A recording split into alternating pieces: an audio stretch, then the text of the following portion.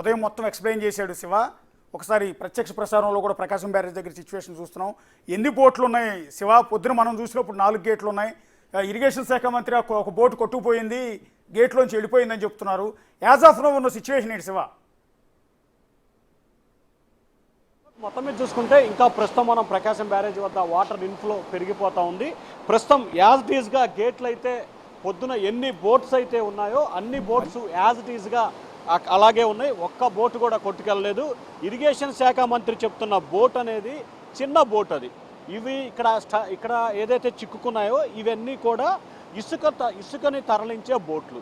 కానీ ఇరిగేషన్ శాఖ మంత్రి చెప్తున్న బోట్ అది ప్రయాణికులని తరలించే బోటు, ఏదైతే చేపల వేటకి వెళ్ళటానికి సంబంధించి వినియోగించే బోట్ అది. మనం ఇందాక కూడా లైవ్లో ఎక్స్క్లూజివ్ విజువల్స్ కూడా మనం చూపించడం జరిగింది. ఆ బోటు చిన్న బోట్ ఒకటి కొట్టుకుపోయింది. ఏదైతే ప్రకాశం బ్యారేజీ నుంచి వారధి వైపు అంటే దిగువ ప్రాంతానికి వెళ్ళిపోతున్న విజువల్ కూడా మనం ఎక్స్క్లూజివ్గా ఇందాక కూడా చూడటం జరిగింది. మనం ఏదైతే బ్రిడ్జి సంబంధించి ఒకటి ఢీకొండ దగ్గరే మనం ఇప్పుడున్నాము. బోట్లన్నీ కూడా యాజ్ ఇట్ ఈజ్గా అలాగే ఉన్నాయి. ఒక్క బోటు కూడా ఇక్కడి నుంచి వెళ్ళలేదు. ఆయన చెప్పిన బోట్ ఒకటి, కానీ ఇక్కడ ఉన్న బోట్ ఒకటి. మరొక వైపు ఇప్పటికే దీనికి సంబంధించి కూడా ఈ ప్రాంత శాసనసభ్యుడు మాజీ కేంద్ర మంత్రి సుజనా చౌదరి స్వయంగా ప్రకాశం బ్యారేజీ వద్ద ఏర్పాట్లను ఆయన కూడా పరిశీలించాడు. ఆయన పరిశీలించిన తర్వాత ఈ బ్రిడ్జి ప్రస్తుతం ఉన్న టెక్నాలజీ ప్రకారం ఈ బ్రిడ్జి వాడుక అంత కరెక్ట్ కాదేమో అనే అనుమానాన్ని ఆయన అయితే వ్యక్తం చేశారు. సో దానికి సంబంధించి ముఖ్యమంత్రి ఇరిగేషన్ శాఖ మంత్రితో మాట్లాడి ఈ బ్రిడ్జిని స్థానంలో మరో కొత్త బ్రిడ్జి నిర్మాణం చేపట్టాలి అన్న ఆలోచన కూడా తాము చేస్తున్నామని చెప్పి కూడా ఇందాక సుజనా చౌదరి చెప్పడం జరిగింది. సో ఇప్పుడు మనం చూసుకోవచ్చు, ఇందాక అక్కడ ఒకటి, ఇక్కడ ఒకటి, 2, అలాగే కంటిన్యూషన్గా 69, 68, 67, 66 వద్ద వరుసగా యాజ్టీజ్గా బోట్లన్నీ కూడా అక్కడే ఉన్నాయి. కానీ కొన్ని బోట్లు అయితే సైడ్కి తరలించే ప్రయత్నం జరుగుతూ ఉంది. ఇదిగో మరొక బోటు ఇక్కడ ఉంది ప్రస్తుతం. సో ఒక్కొక్క చోట ఒక్కొక్క బోటు. పొద్దున మొత్తం 4 బోట్లు, దాని క్రింద ఒక బోటు, 5 బోట్లు ఉన్నాయి. ఒకటి దానికి సంబంధించి ఏదైతే ఒక భీము ఉందో ఆ భీము దగ్గర ఒకటి ఇరగపోయింది. ఆ తర్వాత 68 దగ్గర ఒకటి, ఇక్కడ 67 దగ్గర మరొకటి కూడా ఉంది. ఇంకా కొన్ని దాదాపుగా ఏదైతే ఇందాక ఒకటి వెళ్ళిపోయిన పరిస్థితి కనిపించింది. కానీ ఇంకా పైన కొన్ని బోట్లు కూడా ఉన్నట్లు అధికారులు ప్రాథమికంగా ఒక అంచనా వేస్తున్నారు. దానికి సంబంధించి పైన ఎక్కడున్నాయి ఏమిటి అనే దానికి సంబంధించి కూడా పూర్తి స్థాయిలో చర్యలు తీసుకునే పరిస్థితి అయితే కొనసాగుతోంది. ప్రస్తుతానికైతే కొన్ని బోట్లు సంబంధించి పూర్తి స్థాయిలో సైడ్ తీసే ప్రయత్నాలు కూడా కొన్ని చేస్తూ ఉన్నారు. కానీ ఓవరాల్గా చూసుకుంటే ప్రకాశం బ్యారేజీకి సంబంధించి యాజ్ ఆన్ ఆఫ్ దాదాపుగా 11,40,000 క్యూసెక్కుల నీరు దిగువ ప్రాంతానికి వస్తున్న పరిస్థితి కనిపిస్తుంది. మిగిలిన దానికి సంబంధించి అవుట్ఫ్లో కూడా దాదాపుగా 11,41,000 క్యూసెక్కుల నీరు యాజ్ ఇట్ ఈజ్గా కూడా కిందకి వెళ్ళిపోతున్న పరిస్థితి కనిపిస్తూ ఉంది. అశోక్,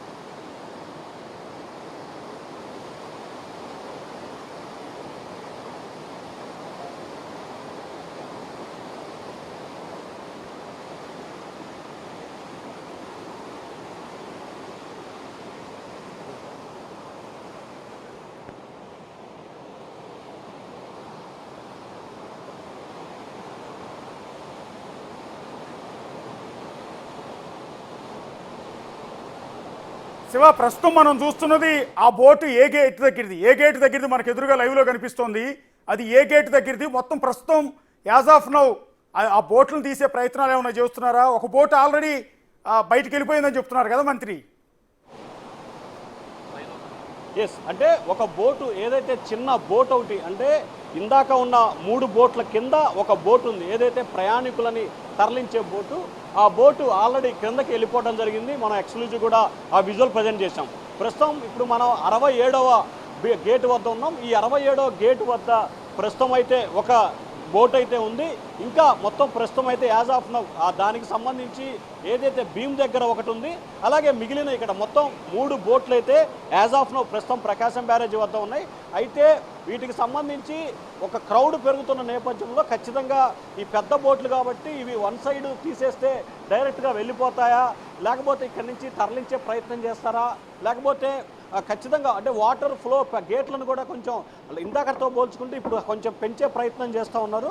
సో అదే పెంచే ప్రయత్నం కనుక చేసినట్లయితే ఖచ్చితంగా గేట్లు ఇన్ఫ్లో కనుక పెరిగితే దాదాపుగా చూసుకుంటే ఆ గేట్లు కూడా కొట్టకపోయే అవకాశం అయితే కనిపించవచ్చు. కానీ అయితే గేట్లకు సంబంధించి చాలా ఏదైతే ఈ బోట్లు చాలా ఎత్తుగా ఉన్నాయి కాబట్టి ఎత్తుగా ఉన్న బోట్లు ఇక్కడి నుంచి కిందకి దిగువ ప్రాంతానికి వెళ్ళటం అంత ఈజీకర పరిస్థితి కాదనేది కూడా అధికారులు అంచనా వేస్తున్న పరిస్థితి కనిపిస్తూ ఉంది. అయితే గేట్లని సంబంధించి ఇందాక వెళ్ళిపోయిన బోటు ఒకదాన్ని మనం పరిశీలిస్తే ఖచ్చితంగా అది చిన్న బోటు కాదు, డైరెక్ట్గా అక్కడి నుంచి వెళ్ళిపోయిన పరిస్థితి కనిపిస్తూ ఉంది. అలాగే ఏదైతే 69 వద్ద ఉదయం భీము ఢీకొన్నదో ఆ భీము ఢీకొన్న దగ్గర యాజ్ ఇట్ ఈస్గా అలాగే ఉంది. కొంతమంది ఇప్పటికే సంబంధించిన అధికారులు పర్యవేక్షణ చేయడం జరుగుతుంది. మరికొంతమంది అధికారులు ఇక్కడికి చేరుకున్నారు. ఇందాక సుజనా చౌదరితో పాటు ఇరిగేషన్ అధికారులు మరికొంతమంది ఇక్కడికి వచ్చి కూడా చేయడం జరిగింది. సో ఓవరాల్గా చూసుకుంటే ప్రధానంగా ఇరిగేషన్కి సంబంధించి అధికారులు కొంత ప్రయత్నాలు అయితే చేస్తూ ఉన్నారు. దీనికి సంబంధించి ఇక్కడి నుంచి బోటు తొలగించడం కానీ అలాగే ఆల్టర్నేట్ ప్రయత్నాలు, ఎందుకంటే వాటర్ కిందకి వెళ్ళిపోకుండా చూడాల్సిన చర్యలకు సంబంధించి ఏ రకమైన చర్యలు తీసుకుంటారో చూసుకోవాలి. ప్రస్తుతం ఏదైతే ప్రకాశం బ్యారేజీకి సంబంధించిన అధికారులు, నీటిపారుదలకు సంబంధించిన అధికారులు కూడా ఇక్కడికి చేరుకొని ఇక్కడ తాజా పరిణామాలను కూడా వారు స్వయంగా పరిశీలిస్తున్నారు. ప్రస్తుతం చీఫ్ ఇంజనీర్ గారు ఉన్నారు. సార్ చెప్పండి, ఈ వాటర్కి సంబంధించి దాదాపుగా 3-4 బోట్లు కొట్టుకొని రావడం జరిగింది. వీటిని తరలించేందుకు ఎటువంటి చర్యలు? నేను chief engineer, central designs organisation, state dam safety organisation, hydrology department ప్రత్యేకంగా చూస్తాము. ఇలా మార్నింగ్ ఇంజనీరింగ్ చీఫ్ వెంకటేశ్వరరావు గారు ఫోన్ చేశారు. ఇట్లా బోట్లు వచ్చేసి 3 గేట్లు డిస్టర్బ్ అయ్యాయి, వెళ్ళి చూసి ఇమీడియట్గా యాక్షన్ పెట్టమని చెప్పారు. అందుకోసం మన స్టాఫ్ మెకానికల్ ఇంజనీరింగ్ విభాగంతో కలిసి, డ్యామ్ సేఫ్టీ విభాగంతో కలిసి యాక్షన్ తీసుకోవడానికి వచ్చామన్నమాట. ప్రస్తుతం మనము ఇక్కడ పరిశీలన చేస్తే బోట్లు పైన సరిగా లంగరైపోవడం వల్ల తెగిపోయి వచ్చి ఈ కాంక్రీట్ దిమ్మలతోటి కౌంటర్ వెయిట్ ఉంటాయన్నమాట. ఈ గేటు లిఫ్ట్ అవ్వాలంటే కౌంటర్ వెయిట్ ఉంటుంది, 30 టన్నులు ఉంటుంది, ఒక్కోటి 30 టన్నుల పైనే ఉంటుంది. ఆ 30 టన్నులు కౌంటర్ వెయిట్కి లోపల తక్కువ స్టీల్ ఉంటుంది, చూసారు కదా. అది బోట్ వచ్చి విపరీతమైన వెలాసిటీతో గుద్దుకున్నప్పుడు ఆగదు. సో నెక్స్ట్ టైం ఏం చేస్తామంటే casing, concrete with steel casing and bedding పెట్టేసి ఇమీడియట్గా 3 రోజుల లోపల రెడీ చేస్తాము. ఈ లోపల ఈ గేట్లు వాటి బరువుకి కిందకి దిగిపోతాయి. కానీ ఎప్పుడు దింపాలి? మనకి ఫ్లడ్ మళ్ళా 50,000కి దిగువకు వచ్చాక మాత్రమే దింపాలి. అది మనకి లక్కీగా టైం ఉంది కాబట్టి మనం ఆందోళన పడక్కర్లేదు. అంటే ఇప్పుడు ఆల్రెడీ ఒక భీము 2 పార్ట్లుగా అక్కడ 69 పిల్లర్ దగ్గర ఏదైతే పనికిరావు, అవి ఇంకా పనికిరావు. నేను అనేది ఏంటంటే మనకి దింపడానికి ఈ ఒక్క ఫ్లడ్ ఏదైతే వస్తున్నదో అది 50,000 దిగువకు వచ్చేయాలి. అప్పటి వరకు ఈ గేట్ దింపడం మనం. సో ఈ లోపల ఈ భీములకు బదులు వేరే భీములు రెడీ చేస్తాం, ఇవి అక్కడ తగిలిచ్చేస్తాం, అంత ఆటోమేటిక్. అంటే ఎప్పటిలోపు వాటిని మీరు రెడీ చేస్తారు? ఎప్పుడు 3 రోజుల లోపల రెడీ చేస్తాం, 3 రోజుల లోపల. అంటే బ్యారేజ్కి ఏమైనా ప్రమాదం ఉందా శివ? బ్యారేజ్కి ఇప్పటికిప్పుడు ఏమైనా ప్రమాదం ఉందా? ఫ్లడ్ ఎక్కువ వస్తుంది, గేట్ ఆల్రెడీ డ్యామేజ్ అయింది కదా. జరిగిన పరిణామాల వల్ల ఫ్లడ్ పెరుగుతూ ఉంది. సో బ్యారేజ్కి దీనివల్ల మీకు ఫ్లడ్ పెరిగిందేమీ కాదు. ఇప్పుడు గేట్స్ అన్నీ కూడా ఫుల్లీ లిఫ్టెడ్ పొజిషన్లో ఉన్నాయి. అంటే మనకి ఈ బ్యారేజీలో పరిగణలోకి లిఫ్ట్ తోటి, అంటే గేట్ ఫుల్ లిఫ్టెడ్ పొజిషన్లో 2009వ సంవత్సరంలో 11,10,000 మాత్రమే వెళ్ళింది. నిన్న రాత్రి 11,35,000 వెళ్ళింది. సో 11,35,000కి మనమేమీ భయపడక్కర్లేదు.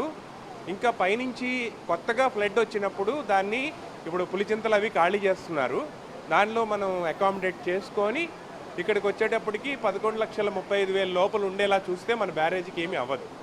సార్ అంటే ఒకవేళ ఇన్ఫ్లో పెరుగుతుంది, పై ప్రాంతాల నుంచి వర్షపు నీరు, పులిచింతల, నాగార్జున ఇన్ఫ్లో పెరిగితే 11,35,000 దాటితే ఎటువంటి చర్యలు తీసుకోబోతున్నారు బ్యారేజీకి సంబంధించి? 11,35,000 దాటడం అనేది జరగకుండానే పైనే నియంత్రించుకోవాలి. ఇంకా వేరే మార్గం లేదు.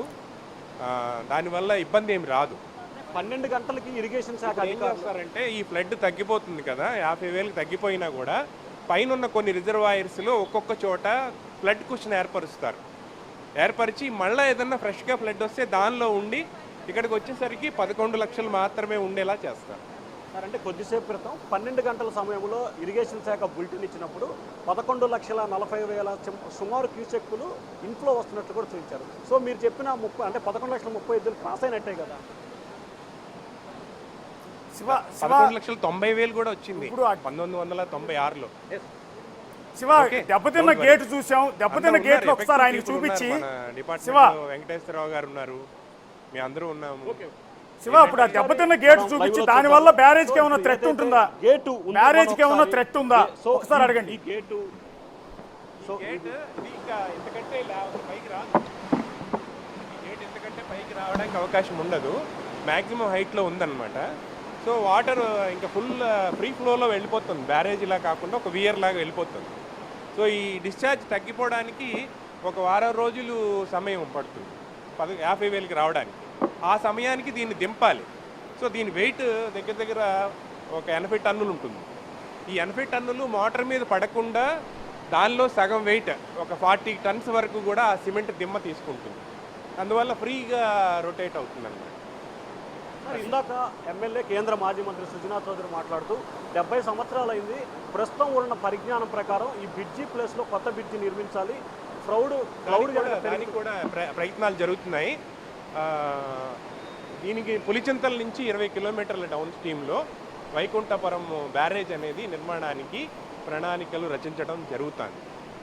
అంటే ఇక్కడ ఇదే ప్రాంతంలో బ్రిడ్జికి సంబంధించి అంటే అది కట్టిన తర్వాత దీన్ని స్ట్రెంథెన్ చేసుకోవచ్చు. మీకు అర్థమైందా? దానిలో మీకు వైకుంఠపురం బ్రిడ్జిలో కట్టగానే దీనిలో 3 TMC వాటరే స్టోర్ అవుతుంది. దాంట్లో 20 TMC water 10 TMC water store అవుతుంది. సో అప్పుడు దీని మీద మీకు లోడ్ తగ్గిపోతుంది కదా, అప్పుడు దీన్ని లీజర్గా చేసుకొని పట్టుకోవచ్చు. తర్వాత కింద కూడా ఇంకొక బ్యారేజ్ కట్టుకోవచ్చు ఫ్యూచర్లో. సార్ ఓవరాల్గా ఫైనల్గా చెప్పండి, 3 గేట్లు దెబ్బతిన్నాయని చెప్పి మీరే చెప్తా ఉన్నారు. గేట్లు దెబ్బతింటాం కాదు, యాక్సిడెంట్. ఇప్పుడు అది లారీ వెళ్తుంటాయి కదా, లారీ వెళ్ళి లారీని గుద్దుకుంటే అది యాక్సిడెంట్. ఇప్పుడు బోట్ అనేది యాక్సిడెంట్. ఇక్కడ ఇది మానవ తప్పిదం కాదు. ఎన్ని రోజులు తప్పిదం? ప్రకృతి తప్పిదమా లేకపోతే ఏం చెప్పాలి దాన్ని? ఇంజనీర్లు రాత్రింబవళ్ళు కష్టపడుతున్నారు కదా, అద్వాలంగా జరిగింది. ఆ కొట్టుకొచ్చిన బోట్లు వాళ్ళు లంగర్ వేసుకునే పద్ధతిలో నైలాన్ తాళ్ళు వాడారు. ఇంత ప్రవాహ వేగానికి నైలాన్ తాళ్ళు ఆగవు. అర్థమైందా? ఐరన్ గొలుసులతో కట్టాలి. సో వాళ్ళ మీద మనం ఏమి చర్యలు తీసుకోలేం కదా. మనం రిపేర్ చేసుకోవడము 3 రోజుల లోపల రెడీ అయిపోవాలి. ప్రకాశం బ్యారేజ్ భద్రతకి ఏమైనా ముప్పు ఉందా? ప్రకాశం బ్యారేజ్కి ఏమైనా ఇబ్బంది ఉందా? అంటే ఇందాక మీరు చెప్తూ ఒక మాట చెప్పారు, కొత్త పిల్లర్ని వాటిని తయారు చేసి మళ్ళీ వీటి స్టేజ్లో నిలబెడతాం, ఇది తీసేసన్నారు. అది ఎప్పటిలోకి చేయగలరు? అదే నేను ఒక వారం రోజులు పెట్టుకున్నాను. నేనైతే 3 రోజులు వేయడానికి. ఈరోజు డిజైన్ అనేది ఫైనలైజ్ అయిపోతుంది. ఇవాళ డిజైన్ ఫైనలైజ్ అయిపోతుంది. వారం రోజుల్లో ఇక్కడ మన గేట్ దింపేస్తాం కదా, వెంటనే అవి తీసేసి హక్కులకి అవి తగిలించడమే. దాంట్లో పెద్ద విషయం లేదు. ఈ గేట్ తయారు చేయాలంటే చాలా టైం పడుతుంది. ఈ గేట్ మ్యానుఫ్యాక్చర్ చేయాలంటే చాలా టైం పడుతుంది. ఆ దిమ్మ అనేది ఒక మనకి చాలా చిన్న పని, క్రేన్తో పెట్టేస్తాం. ఫైనల్గా ఎన్ని రోజుల వ్యవధిలో ఈ 3-4 రోజులు మీరు టైం పడుతుంది అంటారు కాబట్టి 6 రోజుల లోపల అన్నీ నార్మల్కి వచ్చేస్తాయి. 6 రోజుల లోపల అన్నీ నార్మల్కి వచ్చేస్తాయి. అంటే ఈ వారం రోజుల్లోపు ఒకవేళ వస్తే ఇంకా దింపే పని లేదు కదా, దీన్ని ఇలాగే ఉంచేస్తాం కదా, దింపం. ఇది ఇమ్మీడియట్గా డిస్మాంటిల్ చేపిస్తాము. ఈ గేట్ ఇంకేమైనా కొంచెం పైకి లేవాలంటే లేపేస్తాము, ఆ కౌంటర్ వెయిట్స్ రెడీ చేస్తాము. అది పద్ధతి. సో ఈ లోపల బ్రిడ్జికి వచ్చిన ఎటువంటి ప్రమాదం అయితే లేదంటారు? ఏం బ్రిడ్జికి ప్రమాదం ఏమైనా వస్తే ఈ కిందన ఉన్న పునాదులు ఏమన్నా కరిగితే అది చాలా చోట్ల ప్రపంచంలో జరిగింది, మనం చెప్పలేము. దేవుడిది అమ్మవారి ఉన్నారు కదా పైనుంచి, అమ్మవారి యొక్క ఆశీర్వాదం ఉండాలి. ఈ బ్యారేజీ ఈ మధ్యకాలంలో చూస్తుంటే ప్రపంచంలో 3-4 ఏళ్లకే కొట్టుకుపోతున్నాయి. 1956లో కట్టారు ఇది. అంటే మన పూర్వీకులు ఎంత గొప్పవాళ్ళు. ఒక ఎస్సీ గారు ఇక్కడ ప్రాణత్యాగం చేసిన సైట్, సుబ్బారావు గారు అని, గండి పుట్టడానికి ప్రాణత్యాగం చేశారు. అటువంటి గొప్ప మహనీయులు కట్టిన ఈ బ్రిడ్జి మనని మోసం చేయదని అనుకుందాము. మన ప్రయత్నం మనం చేద్దాం. ఓకే. సో ఇది ఇప్పటికైతే ప్రస్తుతం ఇంకా క్యూసెక్కుల నీరు పెరిగినా కానీ ఎటువంటి ప్రమాదం బ్రిడ్జికి అయితే లేదని చెప్తా ఉన్నారు. ఏదైతే యాక్సిడెంటల్గా జరిగిన ఈ 3 గేట్లకు సంబంధించి ఖచ్చితంగా ఒక వారం రోజుల్లోపు, ఈరోజు మధ్యాహ్నానికి డిజైన్స్ తయారు చేస్తాము. రేపటికి నుంచి వర్క్ ప్రారంభించి ఒక వారం రోజుల్లోపు ఏదైతే గేట్లు డ్యామేజ్ అయ్యాయో అలాగే బీములు డ్యామేజ్ అయ్యాయో వాటి స్థానంలో కొత్త వాటిని నిలబెడతాము. అలాగే ఏదైతే ఇందాక మనం అనుకుంటున్నట్లు కూడా ప్రకాశం బ్యారేజీకి సంబంధించి వైకుంఠపురం సమీపంలో, అంటే ఇక్కడి నుంచి ఒక 15 కిలోమీటర్ల దూరంలో మరొక నూతన బ్రిడ్జి నిర్మాణం చేపడుతున్నాము. అప్పటిలోపు ఈ బ్రిడ్జిని వినియోగిస్తాము. ఎప్పుడైతే ఆ బ్రిడ్జి నిర్మాణంలోకి వస్తుందో ఆ తర్వాత దీని స్థానంలో మరో కొత్త బ్రిడ్జి నిర్మాణానికి ప్రయత్నాలు చేస్తామని చెప్పి కూడా ఇరిగేషన్ చీఫ్ ఇంజనీర్ అయితే చెప్తా ఉన్నారు.